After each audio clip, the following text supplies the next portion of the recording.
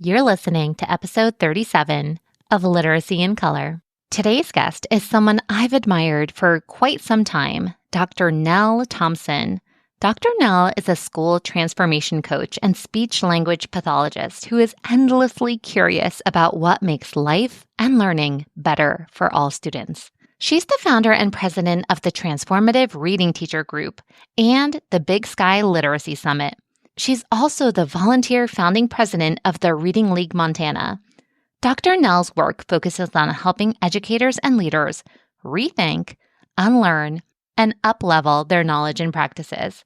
And she does it with deep heart. This episode leans a little differently than most. It's more of a heartfelt, story-driven conversation that invites reflection and connection grounded in research. And it really reminds us of why this work matters. Dr. Nell shares powerful reflections on the impact of language, identity, leadership, and her personal experiences that have shaped her literacy lens. Trust me, you'll want to listen closely because her words will stay with you long after the episode ends.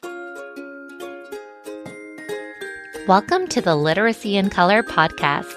I'm your host, Michelle Sullivan, a science of reading advocate with over a decade of experience as a reading interventionist and literacy coach. I'm passionate about making evidence-based instruction both effective and engaging. If you're interested in captivating our learners on reading fluently and understanding language, or as I like to call it, keeping it colorful, then you've found the right place. Each week, we'll explore intriguing lit bits and practical strategies around the science of reading and structured literacy to help you be colorful and teach colorfully. Are you ready to bring literacy to life? Let's color outside the lines and make an impact together. Hello, everyone. Welcome back to another episode of Literacy in Color. Today, it is a joy to be speaking with Dr. Nell Thompson. She is the creator and curator of Big Sky out in Montana, and she is an expert in all things language and all things leadership. So today's conversation is going to be a little bit different. We are going to be chatting about how language serves as this critical foundation piece to reading development, and how transformative leadership also drives the meaningful change in educational practices and why both are so critically important. So first of all, welcome to the show, Dr. Nell. Yay. Thank you for having me, Michelle. I'm so grateful to be here. And I'm really grateful to be a part of something that's an inspired action of leadership in your life and doing this podcast to serve others and bring information to others. So thank you. I appreciate that. So when I was reading off your resume, you have had such vast experiences from working into the Peace Corps to being an itinerant SLP, traveling all over. Can you share a bit about your educational background? Of course. I recently just tabbed back into my roots and reminded myself of how I got to where I'm at, but I don't see myself as a vastly different human through all these phases of my life. But we all know from our, being 10 to 20 to 30 to 40 to 50, things change, right? So back in my teenage years, it actually starts there that I had an incredible experience with my family in a rural community in North Dakota, Windermere, North Dakota. I had an incredible opportunity to be in a class of 15, really having a community as my class and be part of something that just challenged me, but also allowed me to grow in a space where we were really always looking at values and our ethics and what did I value? What did I want to do with my life? And we had a student, a friend that I call my friend, Mark, moved in, and Mark had cerebral palsy and he had a physical difference. And that was profound for my class. Nobody in our class had a physical disability or anything like this in their lives. And one of the things that Mark had experienced was a lot of bullying in his previous school. So we actually came together and had a hard conversation around that we're not going to bully anybody, meaning we're including him in the conversation. And it was the first time he saw his peers really evidently knowing that this is not the right thing to do. This is not how we value humans and difference. And we want to bring people together. And that was my first experience of like standing up for people who had been marginalized. And my parents helped me, my classmates helped me, my teachers helped me really see the value of valuing human beings as people who all have pure potential. So then that catapults me into this idealistic, like I want to help save the world and support others. And I go off to college and I ended up at CU Boulder. And if anybody knows anything about Boulder, Colorado, from a ranch in North Dakota, I had a real awakening. It's like extreme rural America to extreme liberal, every thought you'd ever want to think and all these religions. And I just was catapulted into an explosive period of growth. And in very exciting meeting so many people from around the world and just the human generosity and goodness that I just love my time in Boulder, Colorado, and ended up being in a speech language program. But one of the things that's unique about my journey is I thought I wanted to study something that would be measurable, like you have it or you don't, and that is hearing. I thought, well, I'm going to be an audiologist. So I studied in an undergraduate research opportunity grant at CU Boulder. I had applied for a research grant and I got it as an undergraduate. And I studied with these two great researchers, one in perceptual psychology and one in audiology, Catherine Earhart and Lewis Harvey. And we studied how the human brain perceives sound and how the human brain perceives what we see. And if we could see similarities and differences in it. And that went on to support research for hearing aid development and other things. And I took sign language as well. So here I was studying the hearing apparatus. I was how oral language was perceived and deafness and cochlear implants. The first time in history in 1994, Christine Yoshinaga Itano at Boulder, Colorado had helped initiate a law passing to test newborn infant hearing screening. And so that was a huge part of my early career, just understanding if we can know the difference, if we could bring infant a cochlear implant and understand if they can have language from birth that was through oral input, AURAL, or if sign language would be the path. And that was a lovely time of my life of just contemplating these ideas. And then that catapulted me to do the Peace Corps. If you're in Boulder, I don't know. There's a true story. Boulder actually supports the flow of people to the Peace Corps. It's the highest number of inductees into the Peace Corps come from CU Boulder, at least at the time I went. Anyway, my Peace Corps experience led me to work in a school for the deaf. And of course, that all kind of played together, right? So I studied audiology, I studied sign language. Why not work in a school for the deaf? And in that time in my life, there was something that happened. I was in a country that really didn't value children with disability. And I will say neurological differences of any sort. Neurodiversity now was not even a concept in this country. And so I had to really grapple with how humans valued humans and what that meant in comparison maybe to the United States. So I started to ride the bus to experience my students' lives at home. And I learned that some of them lived in boxes. Some of them lived in closets. They would scream and hang on to the bus railings, didn't want to get off the bus. And there's nothing more profound than children who are deaf using their voice. And it still sticks with me today because I couldn't do enough for them. And I really recognized in those moments that this piece of their life, if I could do anything for them, it would be to give them language. And that was the turning point in my life. I knew then I was not going to be an audiologist anymore. I needed to ensure that I understood what language was and that I understood how language it was the medium of relationship. It was the medium of how they thought and how ideas came to them and how they expressed themselves. And I needed to learn sign language better. I needed to be able to share with them and develop relationship with them to show them that I saw them, I valued them, and I honored them for who they were.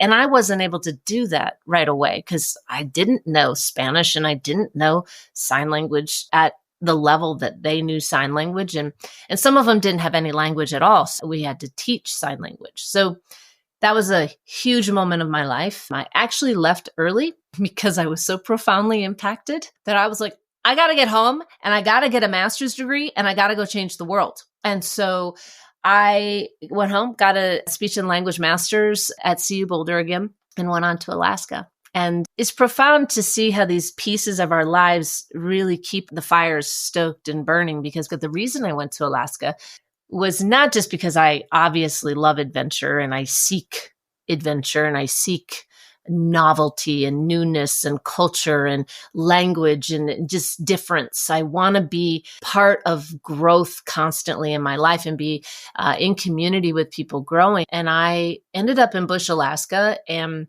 I would fly to villages. And my job was birth to 21 in a speech language pathologist. And so I ended up visiting homes. I ended up truly doing early identification, doing the transition between Part B and C of IDEA. I really was humbled by the fact that in Alaska, it was very similar to my Peace Corps experience. That many children had really not had the opportunity or families that believed in them. In fact, I found 2 children who had non-repaired cleft palates, meaning they had holes in the top of their palate and their food would come out their nose at lunchtime. And this was just seen as like, we're not going to deal with that. And when there were opportunities for solutions, people were like, sure, we'll take that opportunity. However, there were also strong paradigms that we had a lot of work to do to override. And I was taught there once again that I wanted to be more clear about how I could support children early in their lives and help parents build early language skills and love and relationship. And it really marked my career path in terms of I could help one child, or I could try to go to the school and the leadership and I could try to help many. And then that set me on my path to really starting to see how I could support educators in learning about the language foundations of reading. And that took hold in probably about 2003. When I started doing staff meetings and being the PD person, and I used Speech to Print by Louisa Moats. And I used Suzanne Carricker's book, Multisensory Language Instruction as well. And that's Judith Birch and Carricker. And I also used Marcia Henry, Unlocking Literacy, because I wanted to ensure that the educators had the knowledge that I had about language, because I was getting a lot of referrals. And there's nothing more empowering than to know it yourself and not hand over your power to someone else to say, you must know about language. I don't, because this kid can't comprehend. And I realize I must ensure that we all understand how comprehension occurs. And that began my journey towards really digging into becoming the person I am now more than then. And I met Louisa Moats. I got trained in being a letters trainer. I trained a lot of teachers, got my doctorate, and trained a lot more teachers. And then I started just to really dig into transformational work, because it was evident that systems, it wasn't just a teacher having the knowledge about what evidence-based practice was. It was truly the system supporting the educator to do the work. So that translational piece of implementation was really where I started to focus. And then it led me to Big Sky. Why not just bring a whole bunch of people together to talk about these things? And really bringing it together with the Reading League. I'm the president of the Reading League in Montana, and wanting to share knowledge and inspire change. on a very big level. So it took me from being with children in the Peace Corps to Alaska, to educators teaching me so much about what we could know and what the potential was, and then systems change, and then keep building to keep impacting and keep building knowledge. And so bringing that to the Big Sky Summit. Wow. Thank you for sharing that. I'm sure everyone listening is so deeply inspired by hearing all of those stepping stones that led you on your path. And from the very beginning, seeing these marginalized groups of people and just being a fierce advocate for them in making change. And I think that's what's really special about the work that you do. It's not just about growing in knowledge. It's about truly making a change in the world and making your mark on the world. And I think that's one of the really powerful things about Big Sky is it does have that transformational power. And I know we're going to dig deep into that now. The theme of this year's conference is language is everything. And I know before we hit record, we were talking a bit about this whole science of reading movement, and there is such a push on foundational skills and word recognition and little bits of teachers acquiring knowledge about things in terms of science of reading research and evidence-based practices. And yet our recent NAEP scores are still abysmal, and sometimes we're not seeing the change that's necessary. It's really deeper work that needs to be done in order to see these results. So can we maybe talk about the importance of language to this whole big literacy puzzle, and perhaps why the significance of language is everything is important to this year's summit? Oh, of course, Michelle. This is something I'm thinking a lot about lately, and I have for several years, but I'll ground it in that story I just shared from my roots. I would observe children from my Peace Corps experience all the way through my Bush, Alaska days to I've worked all over the United States, and I oftentimes ponder life experience, because when we look at the Yakov, Petcher, Hugh Katz model of the multifactorial model of reading difficulty, it isn't one singular cause of a reading difficulty.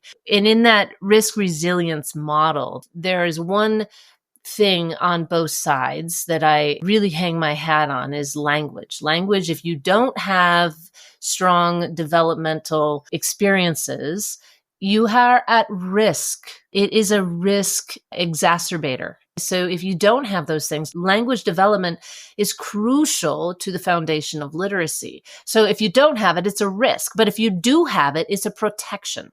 And that's in the risk resilient model. And we can link that article in your podcast. It's open access. And one of those truths for me was that if language is both a risk and also a protection, what would happen if we started to focus in on, can we ensure that all children have good oral language foundations?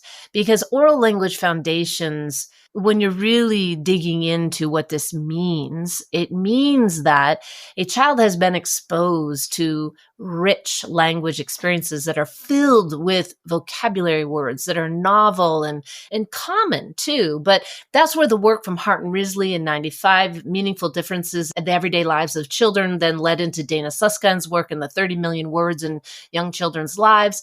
We know that children being spoken to really matters. And I love the Abecedarian project out of the 70s in North Carolina. It's a longitudinal look at, does early learning matter? And what came out of that is that by 30 years of age, the children who are in the Abecedarian early learning environments, and Abecedarian means an early learner in Greek, to learn this knowledge was that it was about language and relationship. And if they had this really rich experience, they went on at 30 years of age to have, in comparison to those who didn't, have no metabolic disorders, to have higher rates of holding jobs down, making more money, being married. All these things were really positive indicators. So oral language early in a child's life, and we're talking birth to 5, it impacts life outcomes. It impacts all things, not just educational outcomes, not just math and literacy, but life. And so when I think about what language is everything means, and that comes from a colleague and friend, Professor Ann Kaiser at Vanderbilt. She's an incredible researcher who's a developmental psychologist looking at development of language. And along with other researchers, she has been looking at language development and developmental language disorders for quite some time. And we know early in children's lives, if there's variations, these neurological variations, it's different than autism. It's different than dyslexia. There is a language deviation that if we understand it early and we intervene, we could potentially have more positive outcomes. And on a holistic level, that's for DLD. But back to just all children, language is everything, because if we have language, it predicts so many amazing things. And if we have good language, we have a more robust and flexible, malleable brain for tacking on the reading brain. The reading brain is tacked on to the language brain. So, and to clarify for educators out there, what does it mean to bring early oral language into a child's life? It looks like narrative structure. It looks like teaching vocabulary. It looks like phonological development. It looks like listening skills, learning how to listen and receive information and express information, expressive language, and using sentences that have cohesion and they make sense grammatically, and really understanding that there is a storytelling structure. So early in a child's life, all of those things can happen within a really beautiful relationship between caregiver and child. And that dyadic relationship can teach so many of these things. And then they move into early learning environments and their vocabulary goes exponential and they're listening and their peers are all around them and they're building these narrative skills through story structure and listening to stories and phonological development. So that's what early language development looks like. And you can imagine why this has a huge impact on later reading proficiency.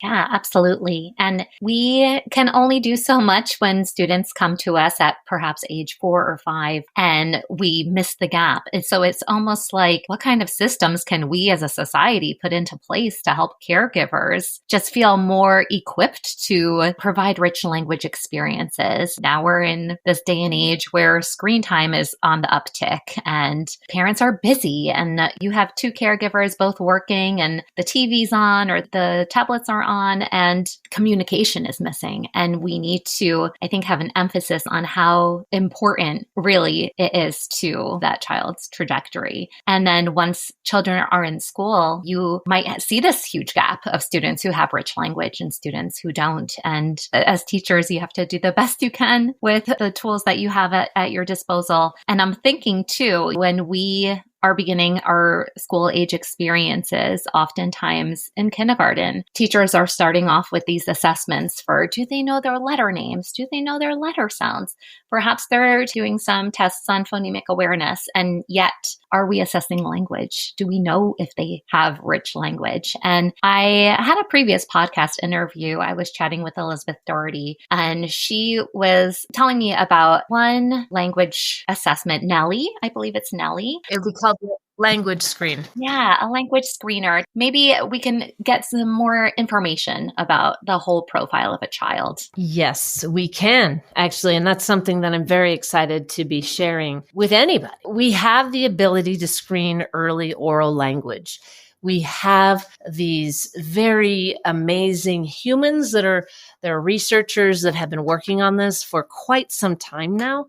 And the language screen tool, it is called Language Screen, was built by 2 of our most, they're so humble and they're so amazing. It's Maggie Snolling and Charles Hume. They're very respected language researchers. This screener was developed and it was scaled in the UK. And there was over 350,000 data points on it when I first talked to the creators. And in that, I was basically desperately seeking, how can we shift what you just talked about, Michelle?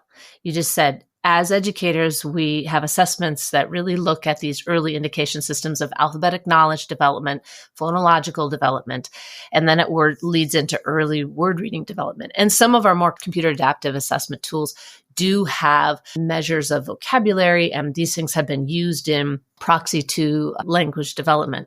However, a language development screener looks a little different. And we do now have some that go down to 3.5 years of age. And in several schools across the United States and the whole country of England and New Zealand and Australia and some in Canada, we're starting to actually use them. And now I have a pilot study that I can honestly say I have 3 going, one in Montana, in South Carolina, and in Georgia. We are finding incredible differences by adding a true oral language screening tool to the battery of a classic early literacy screening rubric. So when we look at the classic early literacy screening, many states have mandated protocols, policy driven, that have to have certain assessments in the protocol. However, oral language is assumed in those, and that we'll be able to know if there's a variant in oral language development. And that's not what we're seeing when we bring in oral language development screeners. We can actually see how different students look on oral language development versus on alphabetic, phonologic, and early reading development, which is important. What does a simple view of reading say? There is word recognition and there is language comprehension. And it's a multiplicative effect that gets us to reading comprehension. So one would think we would also measure this language comprehension or their linguistic comprehension ability. And that domain has not been tapped into as much. And that's what the Language is Everything focus is also about. We can screen it. We can screen it earlier than looking at alphabetic knowledge and phonological development, because language actually predicts alphabetic learning and phonological development. So what would you screen first? You would screen language. It's what we would call a developmental precedence. It has developmental precedence. Prior to learning phonological development, you will have this language domain measurement. And it's a very stable construct. It's a little bit different because, you're building the reading brain on the language brain. So you want to measure that early language piece and then know that it will contribute to building the reading piece. Powerful. So yeah, we can actually measure those things, Michelle, and we can actually use those measurements to then provide evidence-based language interventions in both tier 1 and tier 2. Now we have curriculum that looks very different than ELA curriculum because it's built in service to teaching language development. That's so interesting. I didn't realize that you were involved with Nellie. That is incredibly special. I can't wait to dig into some of the findings that you come across as well. I think it's really interesting how you said that we can screen for language earlier. And I hope that this will become a norm for us here in the United States. And I think that'll be a really big piece of the puzzle for lots of students moving forward, since language is everything. And it is such a critical part. And we think about reading and literacy, and that's part of language. Language is your big umbrella. And oftentimes when teachers are hung up in learning a little bit about the science of reading world, a lot of times what will be said is when we're addressing things like Scarborough's reading rope and we have the language comprehension portion of the rope, oftentimes I'll hear, oh, we address language through read aloud. And that seems to be just a blanket statement. And that's it. Your 20-minute read aloud, that's the only time you're addressing language. And that's just not enough. I love how you said there's different language interventions and curricula out there, but even the power of conversation, having students have the ability to speak with one another, practice discourse, and those kinds of things are also important. Can you share perhaps a couple of specific interventions that SLPs or any educators might use if a student has difficulty with language? I think that it is important to know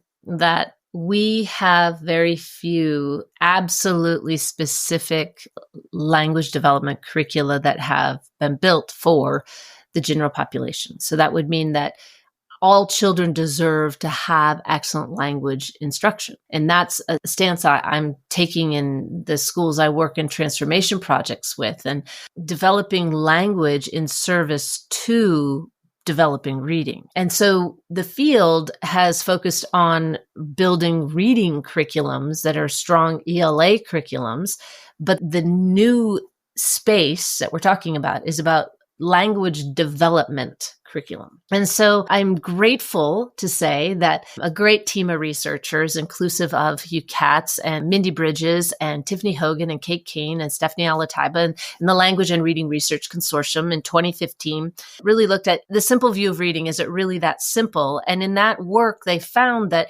language predicted word reading and language pieces of developmental aspects of language were always predicting your ability to become a reader. So that's before you read the words. And so in that is I did a longitudinal analysis with a curricular resource that is for free on the Ohio State's website. And we can link to it. It's called Let's Know. And I'm not saying it's in its perfect form because it's now about 10 years old. And the good news is, though, is that current researchers are looking and updating it. And we have it in 2 sites now or 3 sites where we are continuing to use it in Tier 1 protocol. So it's a pre-K 3 language development curricular resource. Now, the NELLI resource, NELLI stands for Nuffield Early Language Intervention. It comes from OCSED and assessment. That one is actually purchasable and it's updated and it's all digital and it's highly supported.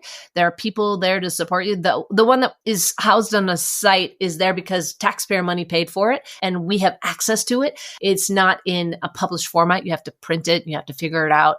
Over here, NELLI, the Nuffield Early Language resource, it's from about 3.5 years of age to about 7. There's a Tier 1 protocol and a Tier 2 protocol, and the Tier 1 and Tier 2, they build on each other. So whatever you taught Tier 1 will get intensified in Tier 2, and Tier 2 is meant for 6 kids or less. It's 3 times a week.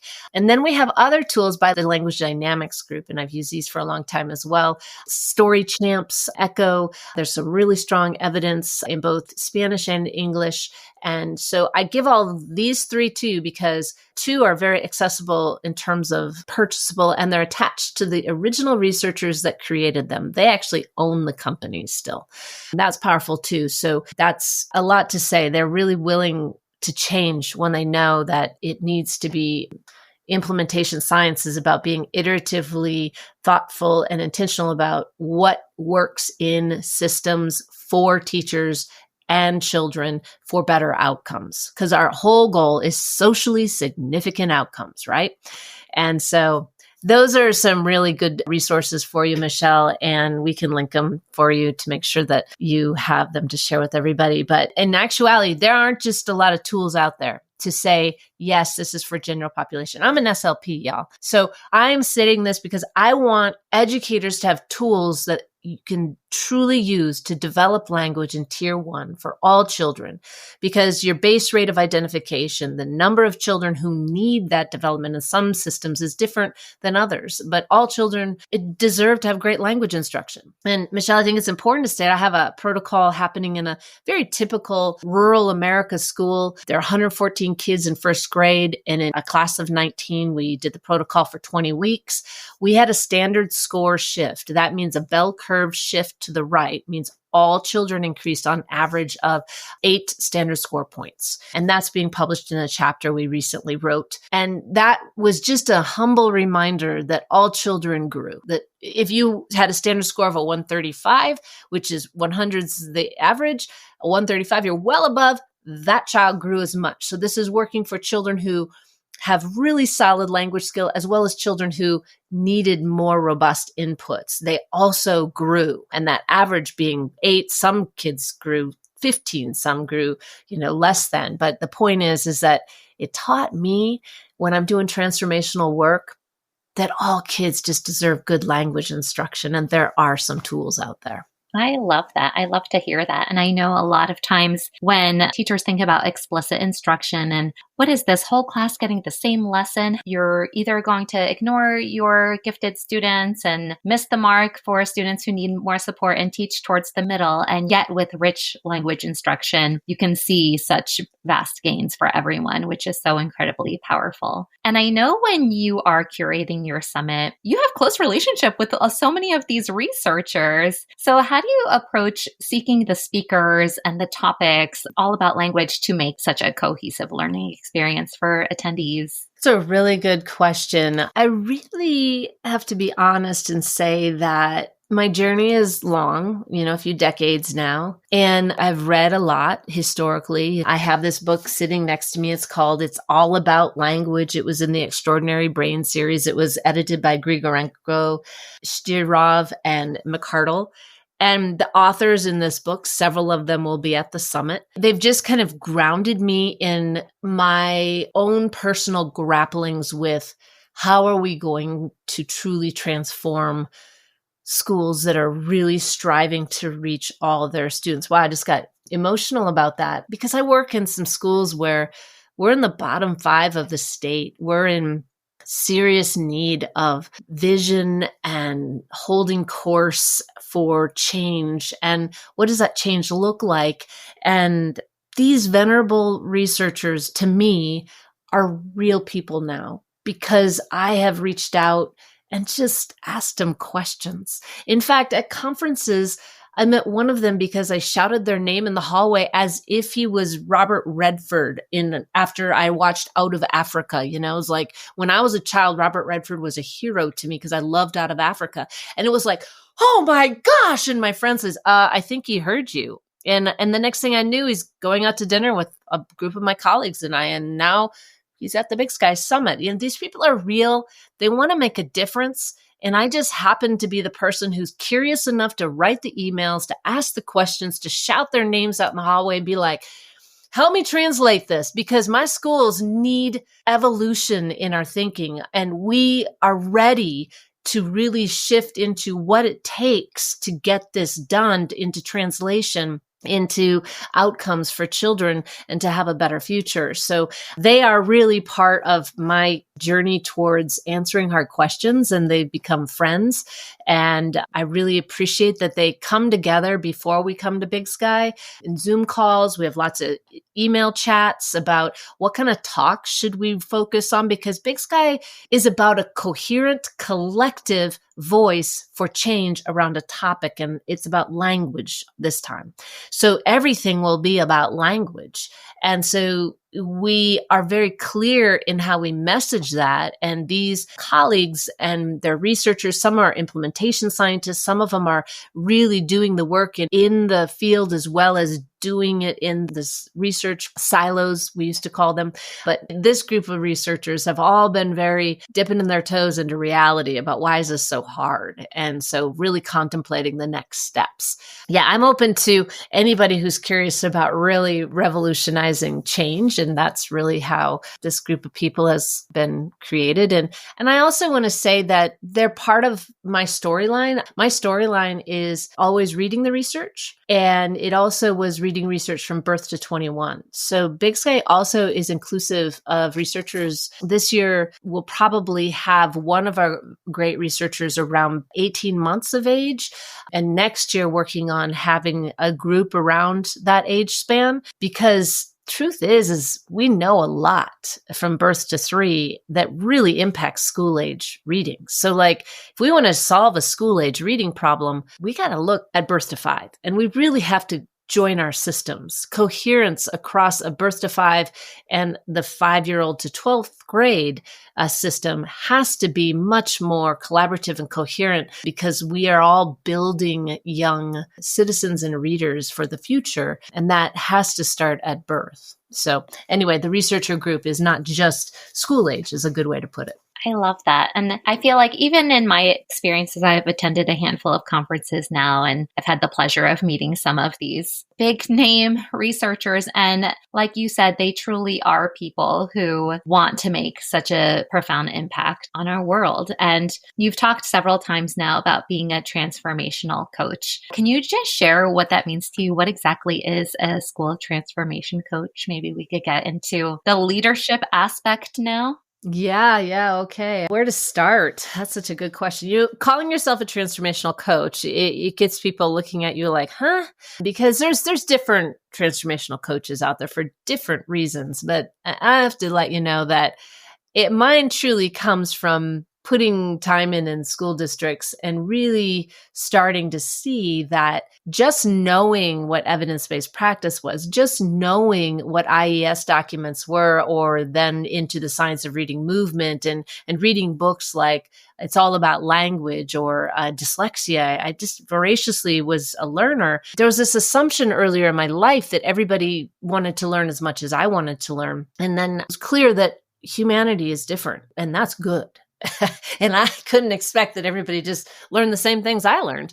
But what it did teach me when I walked into a school and I was asked to help transform a school from maybe we're in the bottom fifth percentile of a state, maybe we're the bottom performing school in a state. I've had that as well. We don't just get from bottom to like, let's perform at proficient levels in a day. This is going to take really incredible shifts. And that starts with human beings. The fact that we arrive in a space that is profoundly below average, it doesn't happen overnight. And it's a lot of adult decisions. So that has led me to study leadership, because I started to wonder, like, how could anybody let this happen? It's not going to happen on my watch. And so what am I going to have to do? And so I started to get kind of scared. Like, this is bigger than just knowing how to teach word reading. It's bigger than just knowing about language development and its impacts in overall reading proficiency.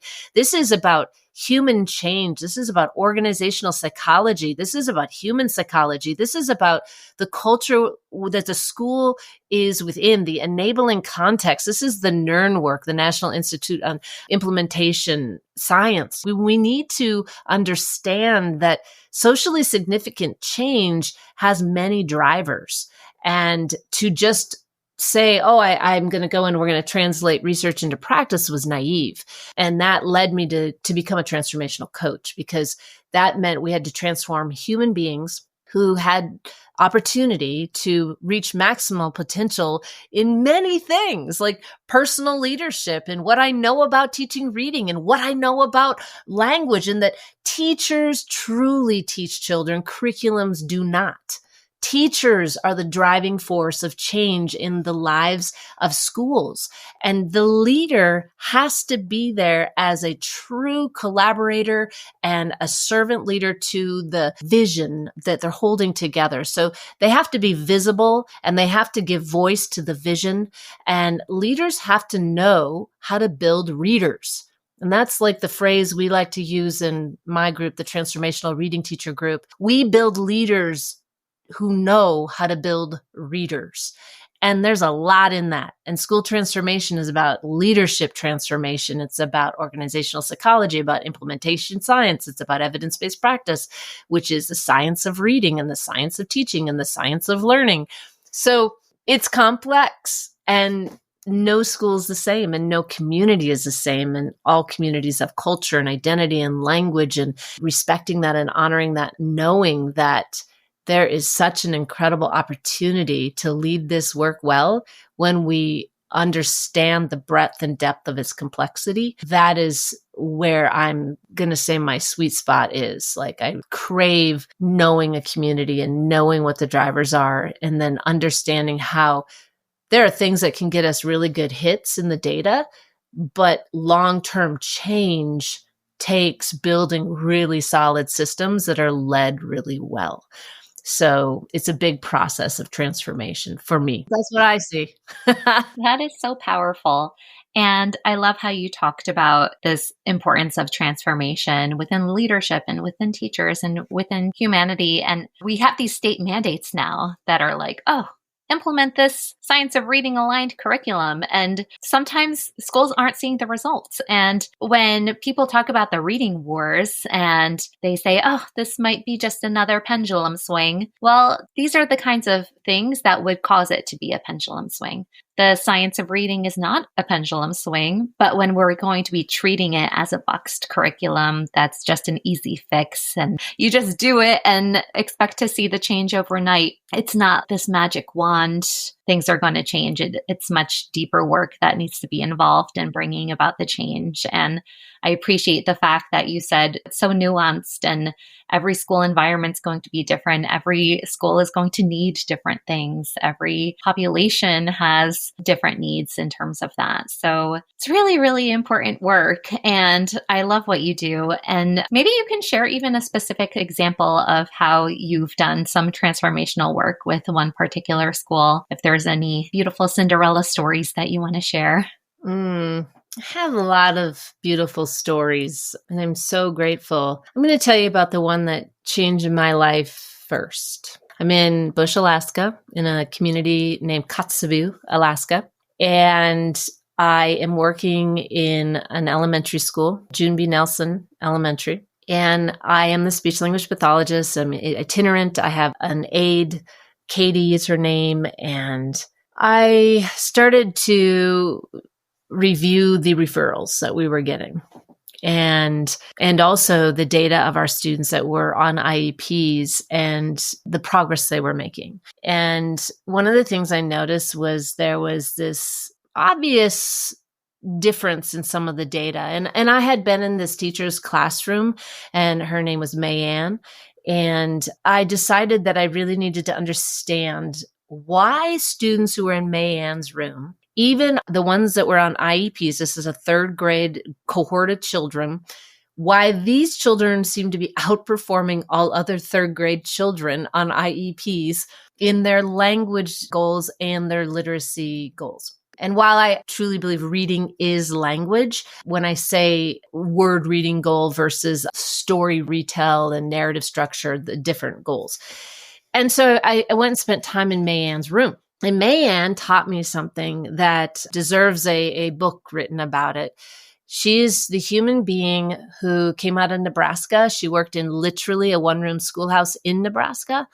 And she decided to come to the bush of Alaska for adventure. She was looking for adventure. She was in her 60s and she wore a dress every day. And she literally wore her hair in a beehive and she wore nylons every day.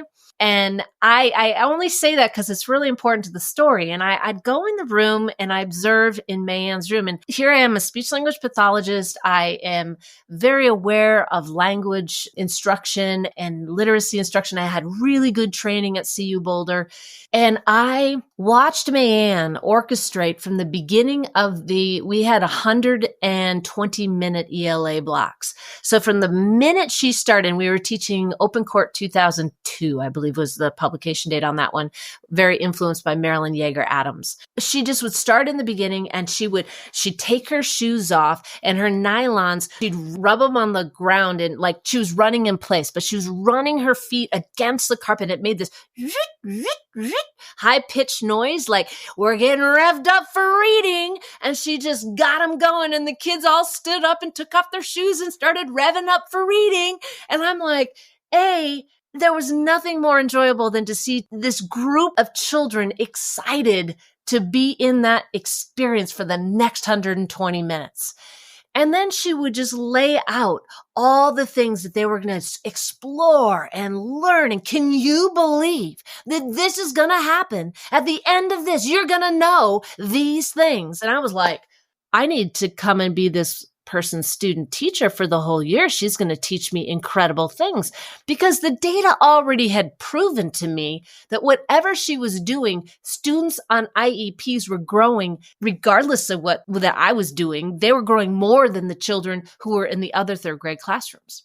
And so what I learned then, I asked Mayanne if I could do a case study in MTSS protocol with her to see if her students would outperform other students across the normative sample, because she had a heterogeneous grouping of children, and what she did with decodable text and sound spelling cards, y'all. Like she was doing sound spelling cards in the early 2000s because Open Court had them, there's nothing novel, no new ideas in this linguistic world. This is a print and this is a speech that maps to this print, and she would teach it. And I just was like, wow. And she even said, I know exactly which children come from this kindergarten room because this is the only teacher in kindergarten who teaches the speech to print method in kindergarten with sound spelling cards. And I'm like, I got schooled in this. Like I didn't know any of this at this time.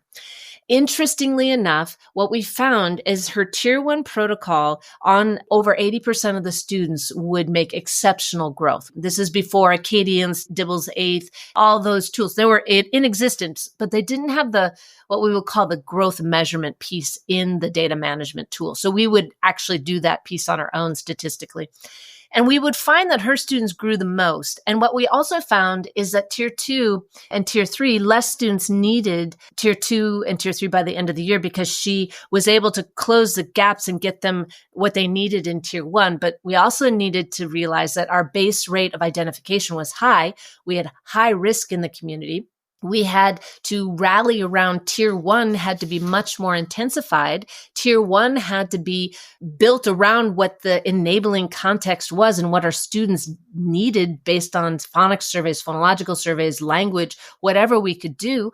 She built her tier 1 based on what students needed, not on what the curriculum delivered. It was, I have this resource, but I have students in front of me and I'm going to build the instruction for them. And then she broke from whole group into small group and very targeted strategic instruction in diagnostic prescriptive is what we would call it. Then she moved into tier 2. That was the next 30 minutes. It's 150 minutes straight on. She then had another time in the day. And what we found was that by the end, she had up to 300 minutes for students who were tier 3 students or on IEPs. That would be tier 4 in the system. So those that were potential to be identified because they're persistently slow responders or they had been identified, she actually kept them and she applied intensive instruction. And the most humbling thing that happened to me is the next year, some of the students went on into this 4th grade room and they were in speech and language and they came back. I go, can you tell me what you're learning and what's going on? And one student said, I just want to be back in Miss Mayann's room because in Miss Mayann's room, I felt loved and I felt like I was learning every day. And that taught me about what Mayann did was community and relationship and love based.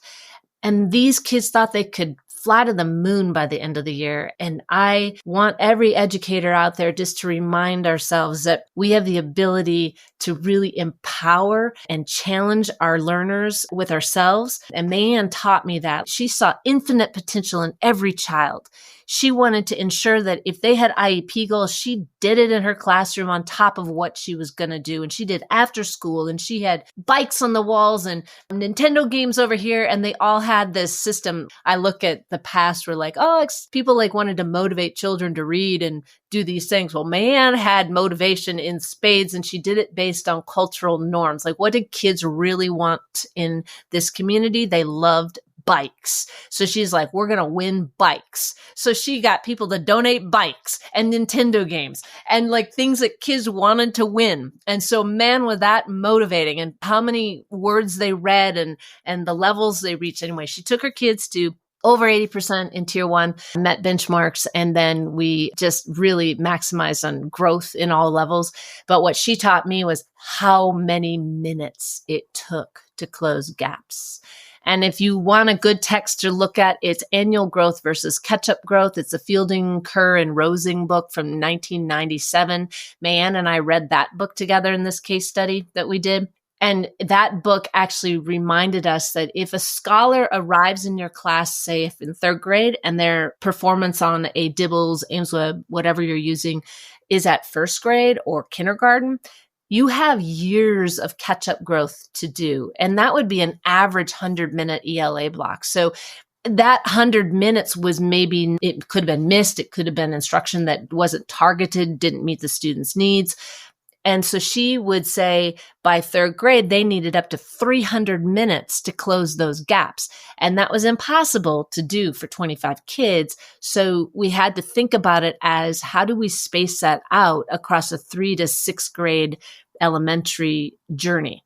So how many extra minutes in 3rd grade? If your base rate identification is 90% of your kids are at risk, they're not all students with disabilities. Only a few are. You have to teach your pants off to get to that 80% back into benchmark zones. And that is what Mayann taught me. Change your core and you'll get different outcomes.